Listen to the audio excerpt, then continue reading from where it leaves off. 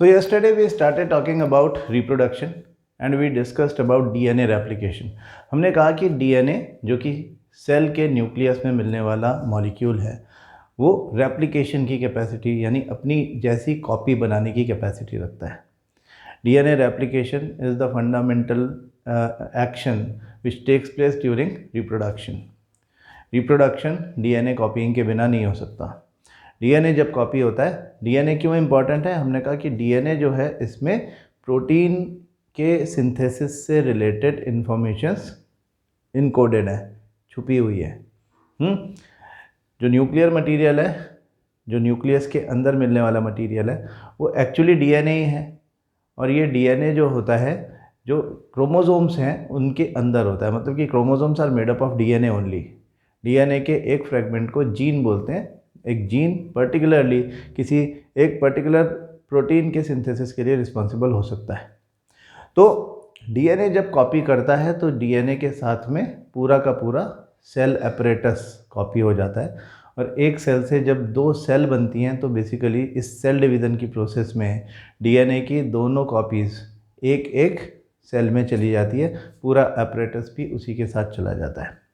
तो the question is कि क्या ये जो डीएनए रेप्लिकेशन हो रहा है, उस डीएनए रेप्लिकेशन के बाद जो सेल बनती हैं वो cells absolutely identical to the mother cell होगी. यदि समझो एक सेल थी और उस सेल ने डिवाइड किया, आफ्टर द सेल डिवीज़न दो सेल्स बनी. These cells are originated from the same parent cell. दोनों की सेल जो मदर सेल थी वो सेम है. तो क्या ये दोनों एब्सोल्युटली आइडेंटिकल यानी एकदम हूबहू एक जैसे होंगे? It all depends upon the accuracy of DNA copying. जो डीएनए की कॉपी हुई है, जो डीएनए रेप्लिकेशन हुआ है, उस डीएनए रेप्लिकेशन में रेप्लिकेशन की प्रोसेस जो है उसमें एक्यूरेसी कितनी है. बेसिकली जो डीएनए रेप्लिकेशन की या डीएनए कॉपी बनाने की जो प्रोसेस होती है वो केमिकल रिएक्शन होती है. वो chemical reactions which takes place inside the cell. तो ये जो बायोलॉजिकल प्रोसेसेस होते हैं उनकी एक्यूरेसी उतनी ज़्यादा नहीं होती. मतलब कि they are not, you can't say for sure कि एग्जैक्टली ऐसा ही होने वाला है. There are some inaccuracies in the process of DNA copying, and as a result of these inaccuracies in the replication process of DNA, the new DNA strands may be similar to each other but they may not be identical to each other. उनमें similarity तो होगी obviously because their source of information is the same. एक ही cell से, एक ही mother cell से produce हुई दो सेल हैं, लेकिन इन दोनों के डीएनए में स्लाइट डिफरेंस हो सकता है, थोड़ा सा डिफरेंस हो सकता है. एंड ये डिफरेंस है because of the inaccuracy in DNA replication. ये दो बातें याद रखेंगे. इस जो ये डिफरेंस इन द कैरेक्टरिस्टिक अब हमको देखने में आ रहे हैं, इनको हम बोलते हैं वेरिएशंस.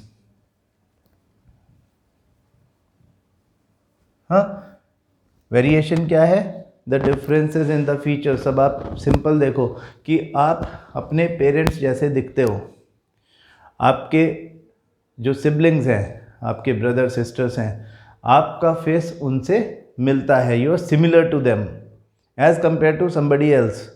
आप अपने जो फैमिली मेम्बर्स हैं उनसे आपका रिजेम्बलेंस है, आप दिखते हो उनके जैसे. लेकिन क्या आप आइडेंटिकली वैसे के वैसे ही हो? आप एग्जैक्टली वैसे ही हो जैसे आपका ब्रदर या आपकी सिस्टर है? आप अपने पेरेंट्स के जैसे दिखते हो. लोग देख करके somebody कैन मेक आउट कि यस ये कुछ सिमिलैरिटी, कुछ रिजेम्बलेंस है, लेकिन आप एग्जैक्ट कॉपी नहीं हो उनकी. क्यों नहीं हो? क्योंकि द डीएनए और the genetic material contributed by your two parents, when it fuses during the process of fertilization to form zygote, in zygote their expressions change. वो अलग तरह से एक्सप्रेस होते हैं और आप एक एब्सोल्युटली यूनिक टाइप के इंडिविजुअल बन के यू टेक बर्थ. तो अब हम कह रहे हैं कि ये वेरिएशन जो आ गया है ये वेरिएशन जो है ये फीचर्स में कुछ डिफरेंस है. The difference in the features, the difference in the characteristics, they are similar but not identical. Being similar and being identical are two different things.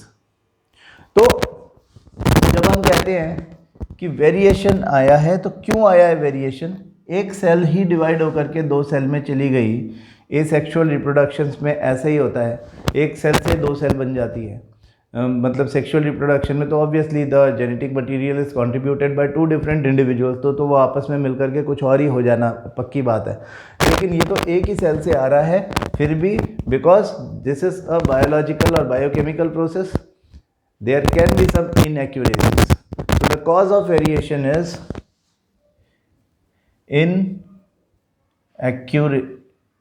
inaccuracies in DNA replication.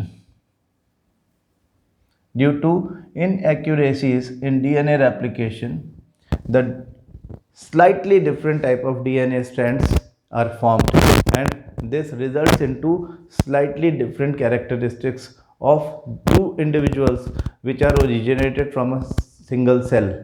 हाँ, तो ये variation जो है, इस variation का क्या application या क्या इम्प्लीकेशन है, हमें क्या फ़र्क पड़ता है इस वेरिएशन से? हाँ, अगर हम देखें इसको कि वेरिएशन से हमें क्या फ़र्क पड़ने वाला है या किसी भी इंडिविजुअल को क्या फ़र्क पड़ने वाला है, तो variation can be very drastic sometimes. अगर समझो इतना बड़ा वेरिएशन हो गया, मदर सेल जो थी वो अपना समझो एक अमीबा है या कोई बैक्टीरिया है, यूनिसेलुलर लिविंग ऑर्गेनिज्म के बारे में इमेजिन करो जो कि पानी में रहता है और उस पानी का एक पर्टिकुलर टेम्परेचर है जिस टेम्परेचर पर वो सर्वाइव कर सकते हैं, ये उसकी कैरेक्टरिस्टिक है. हाँ, एक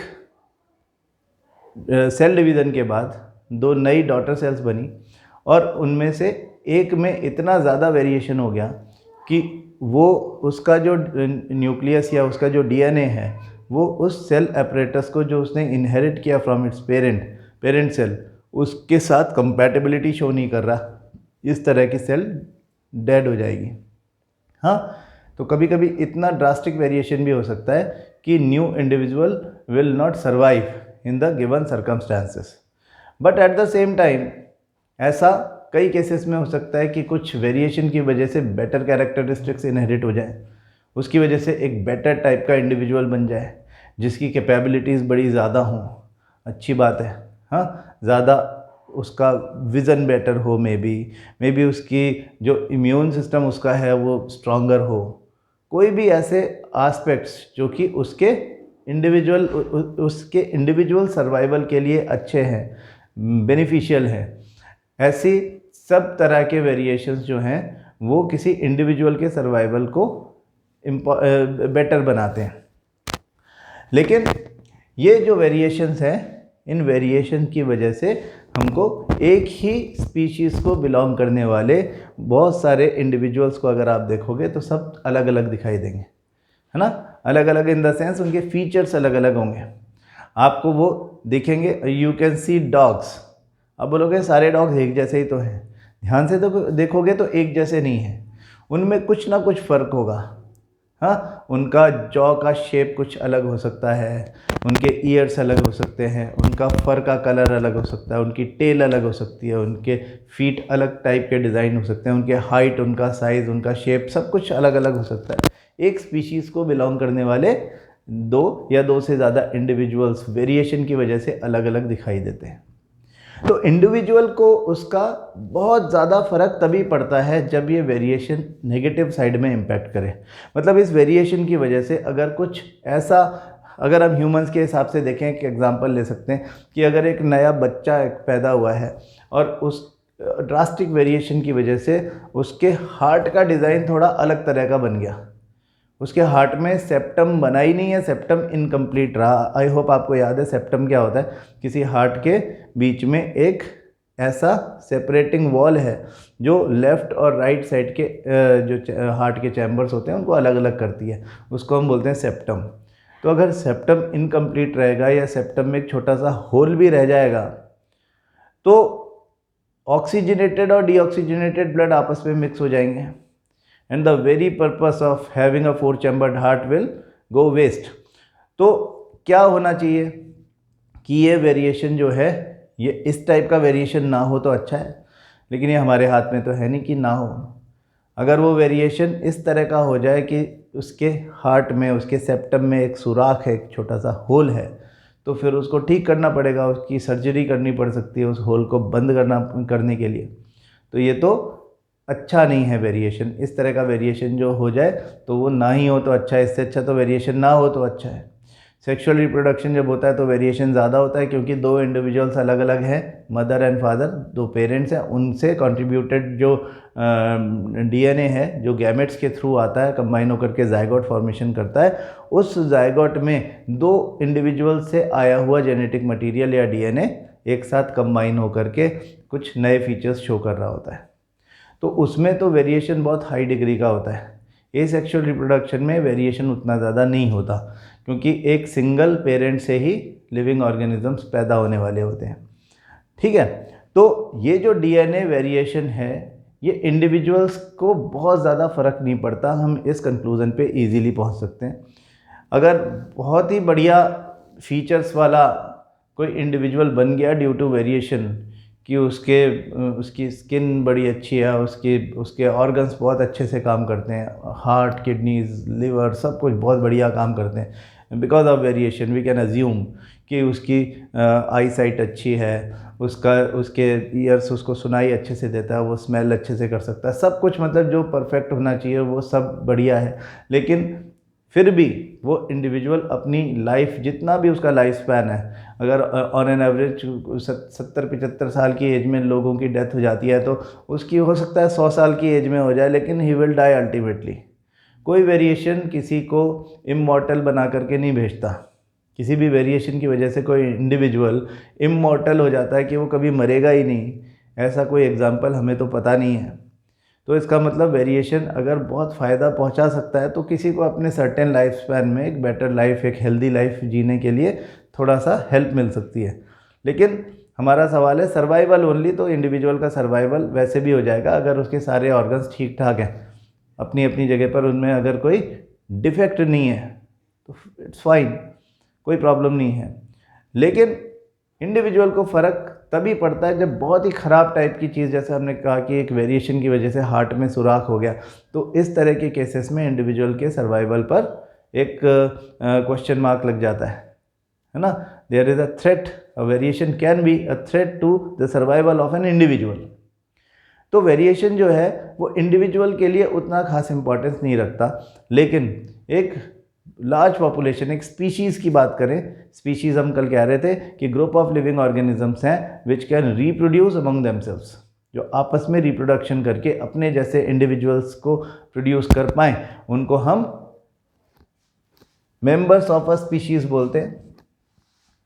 तो एक स्पीशीज़ के मेंबर्स जब आपस में रिप्रोड्यूस करेंगे, जब वो एक जनरेशन से नेक्स्ट जनरेशन प्रोड्यूस होगी, तो due to inaccuracies in DNA copying और due to combination of the DNAs contributed by two different parents, next generation में जो ऑफस्प्रिंग्स आएंगे, ऑफस्प्रिंग मतलब जो बच्चे होंगे, वो वेरिएशंस के साथ में आएंगे, और ये वेरिएशन के साथ में आने की वजह से इनके कैरेक्टरिस्टिक्स अपने पेरेंट जनरेशन के कंपैरिजन में स्लाइटली डिफरेंट होंगे। ठीक है, इससे क्या फ़ायदा हुआ? शायद कुछ खास नहीं, एक जनरेशन में हमको पता ना चले, लेकिन अगर हम अज्यूम करें कि over a long period of time, मतलब कि हज़ारों लाखों साल का टाइम जो है, उसमें अपन ये सोचें कि स्पीशीज़ को इससे क्या फ़ायदा हो सकता है, तो वो ये फ़ायदा हो सकता है कि कोई स्पीशीज़ अपने सर्वाइवल के लिए जिस सराउंडिंग में रहती है, जिस इन्वायरमेंट में रहती है या जिस इकोसिस्टम में रहती है, उसमें उस स्पीशीज़ का एक पर्टिकुलर निश होता है। देयर इज़ अ वर्ड निश, क्या बोलते हैं हम इसको? निश, है ना। निश मतलब उसका एक अपना स्पेस है, किसी भी फूड चेन में उसका एक अपना इम्पोर्टेंस है, वो उसी जगह पे रहता है और रिप्रोडक्शन करके अपनी पोजीशन उस पर्टिकुलर प्लेस पर, उस पर्टिकुलर निश पर इंश्योर करता है। तो निश मतलब the place of a particular species in the ecosystem that is continuously maintained by reproduction in the population। जैसे ह्यूमंस की कोई पोजीशन है तो वो पॉपुलेशन करके अपना नंबर बढ़ाते रहेंगे और फिर कुछ लोग they will keep on dying, तो एक मेंटेन रहता है लेवल और वो अपने अपने हिसाब से उसको अपनी सर्वाइवल इंश्योर कर लेते हैं। लेकिन जो लोग सर्वाइव नहीं कर पाते वो ख़त्म हो जाते हैं। कभी कभी ऐसा भी होता है कि कोई पर्टिकुलर स्पीशीज़ जो होती है वो इसलिए उसको अपना निश बदलना पड़ जाता है या अपनी पोजीशन जो है वो उसकी अपने आप ही खाली हो जाती है कि due to some factors beyond their control.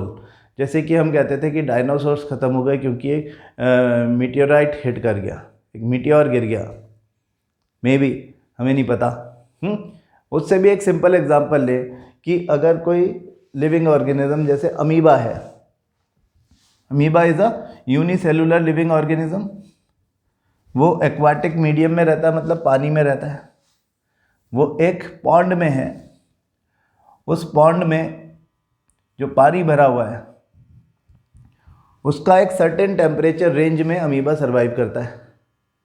ठीक है, समझो 35 to 40 डिग्री की रेंज में या up to 40 degree Celsius temperature जब तक रहेगा पॉन्ड का, ज़ीरो से मान लेते हैं अपन तो कि 0 से 40 डिग्री सेल्सियस की रेंज तक वो रहेगा, वो सर्वाइव कर पाएगा। यानी अमीबा के पास जो अमीबा के जो अब कैरेक्टरिस्टिक्स हैं वो कैरेक्टरिस्टिक्स उसको इस रेंज में सर्वाइव करने के लिए हेल्प करते हैं।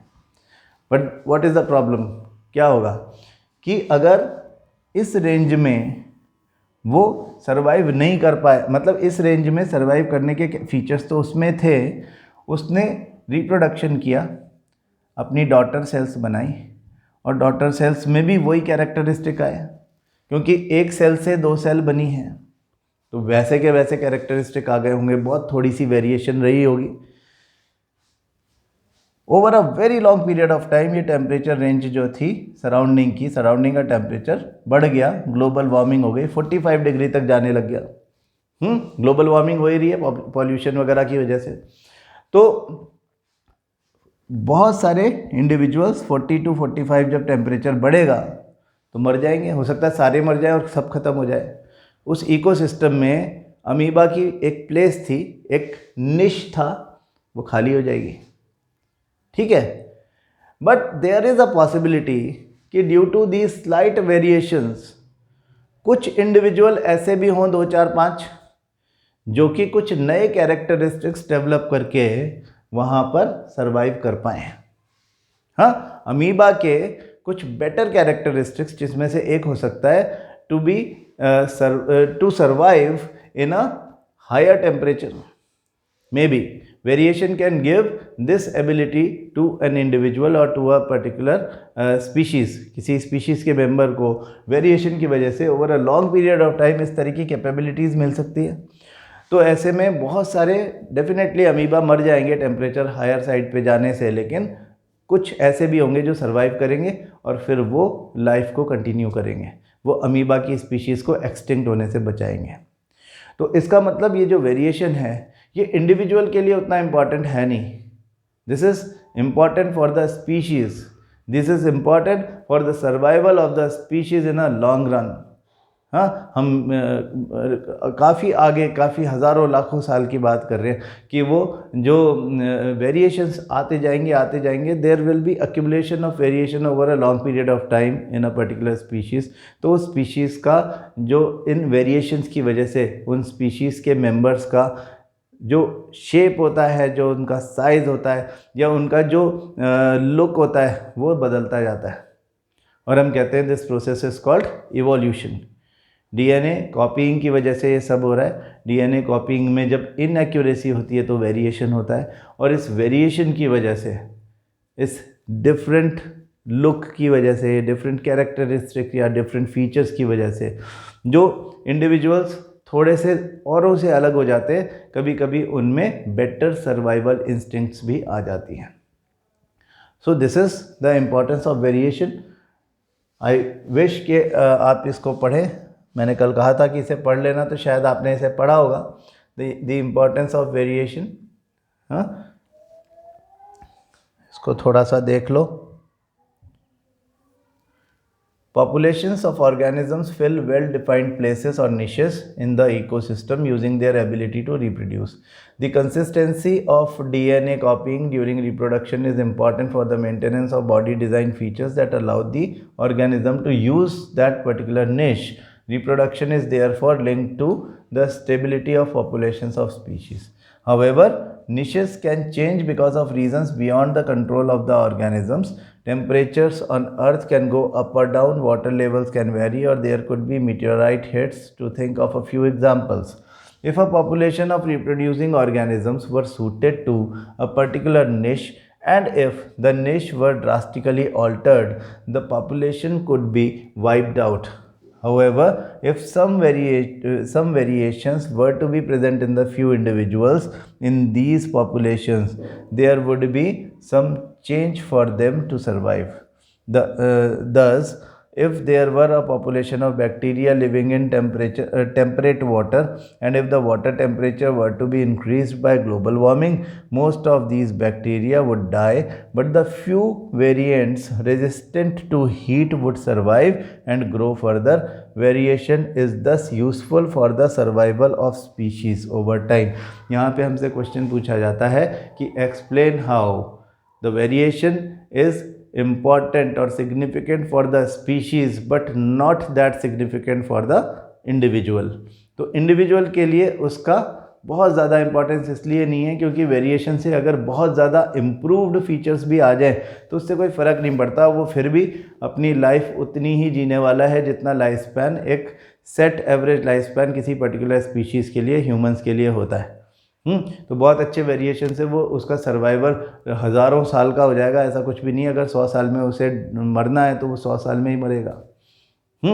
लेकिन इस वेरिएशन की वजह से स्पीशी को फ़ायदा, हमारी जो स्पीशीज़ है, हमारे जो होमोसेपियंस है, उसको फ़ायदा है कि हमारी स्पीशीज़ हज़ारों लाखों साल बाद भी सर्वाइव करेगी होपफुली, क्योंकि वेरिएशंस जो होंगे वो continuously changing circumstances around us, हमारा जो एनवायरमेंटल चेंजेस आ रहे हैं उनके अगेंस्ट कुछ इंडिविजुअल्स को तैयार करता चला जाएगा। जो इंडिविजुअल्स उस चेंज्ड या ऑल्टर्ड इकोसिस्टम में या एनवायरमेंटल कंडीशंस में सर्वाइव करने की कैपेबिलिटी रखेंगे वो ही सर्वाइव करेंगे, बाकी सब ख़त्म हो जाएंगे। और जो सर्वाइव करेंगे वही by the process of reproduction नई जनरेशन्स पैदा करेंगे and the life will go on that way. So ये जो बातें हमने करी हैं ये हमारा इंट्रोडक्शन टू रिप्रोडक्शन था, जो कि हमको एक फंडामेंटल आइडिया देता है कि रिप्रोडक्शन होता कैसे है, डीएनए कॉपीइंग का मतलब क्या है। जब डीएनए कॉपी बन जाती है तो डीएनए कॉपी जो है वो अलग अलग इंडिविजुअल में जाते समय किस तरह से वेरिएशंस को लेके आती है, and then what is the importance of variation. यहाँ पे कुछ क्वेश्चंस हमसे पूछे गए, what is the importance of DNA copying in reproduction. हम कहते हैं कि रिप्रोडक्शन का जो फंडामेंटल एक्ट है वो ही डीएनए कॉपीइंग है, क्योंकि डीएनए कॉपीइंग से अलग अलग हुए कैरेक्टरिस्टिक्स ही नई सेल्स में जा पाते हैं और नई सेल्स में अपना नई सेल के सेल अपरेटस के साथ में अपना एग्जिस्टेंस इंश्योर कर पाते हैं। Why is variation beneficial to the species but not necessarily for the individuals, यही बात हम अभी करके चुके हैं। हाँ, तो आप ये पूरा पैराग्राफ यहाँ से लेकर के do organisms create exact copies of themselves जो है ये यहाँ तक पूरा पढ़ लो। इम्पॉर्टेंस ऑफ वेरिएशन भी पूरा पढ़ लो अगर नहीं पढ़ा है कल तो, ठीक है। फिर कल से हम स्टार्ट करेंगे reproduction, modes of reproduction, asexual reproduction क्या है, सेक्सुअल रिप्रोडक्शन क्या है, बारी बारी से बात करेंगे, ठीक है। Thank you.